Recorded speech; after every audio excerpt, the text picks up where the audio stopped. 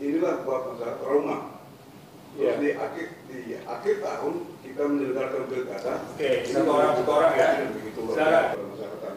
Reaksi masyarakat seperti yang disampaikan oleh saksi pemohon tadi. Iya, itu udah umum. Nah, Bapak ini kan sehingga KPU harus ambil sikap. mengapa Sampai sih di rekomendasi waktu 16 ya, itu sudah mulai 16 habis waktu.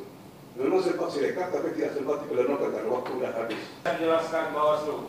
6 distrik Kabupaten Tolikara.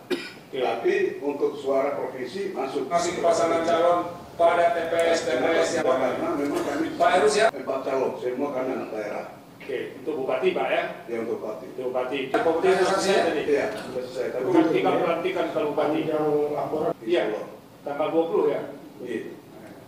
Oke Pak. Tapi kalau untuk provinsi masuk kenapa? Karena yang Prabowo ini adalah tokoh gereja, tokoh masyarakat dan juga tokoh pionir pembangunan di Papua. Oke, satu orang ya. Silakan. Oke. Dia punya pengaruh di sana. Sehingga memang dari awal kampanye di Pak Erus ya, nanya saksinya. jadwal kampanye apa di Kabupaten Masih pasangan calon di 2 tempat di ibu kota kabupaten dan juga di Pokok ini. Dalam pada TPS yang itu masyarakat menginisiasi semua tokoh agama, tokoh adat, tokoh perempuan, tokoh datang buat MOU tanda tangan. Suara akan mati untuk partisipasi sebagai bentuk pokok pengguna. Dan itu sehingga suara Kabupaten sudah dikunci dengan sistem noken itu.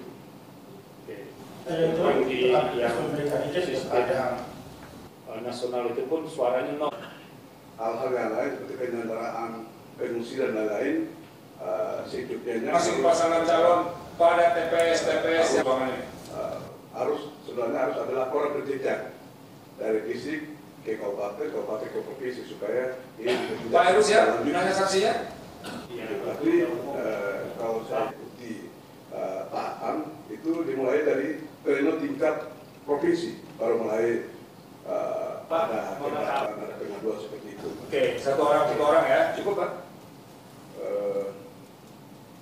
Sedikit saya mau tambahkan. Iya. Terkait sistem noken. Ya. Sebenarnya itu sistem noken itu dia lebih langsung umum bebas dan terbuka, tidak rahasia lagi.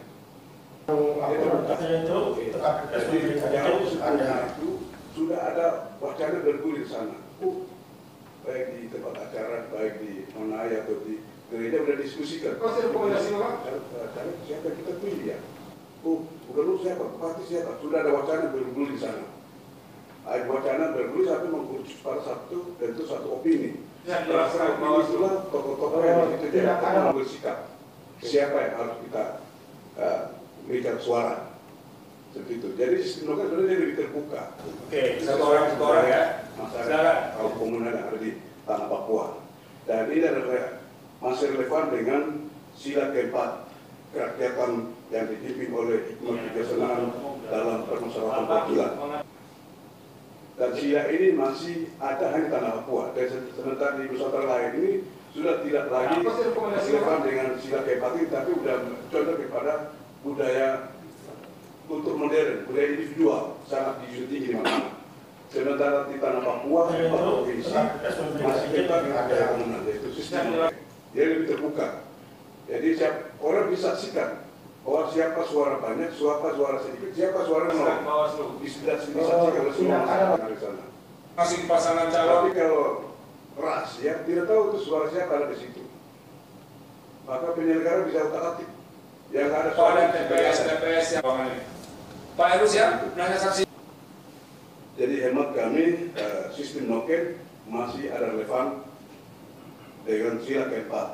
Karena itu kami harap supaya juga bisa lakukan kajian lebih dalam lagi untuk ke depan. Sekian, terima kasih. Nanti kita bilang sama Kementerian Dalam Negeri, karena mereka yang bikin undang-undang ini. Kalau kita ini sendiri cuma menguji aja.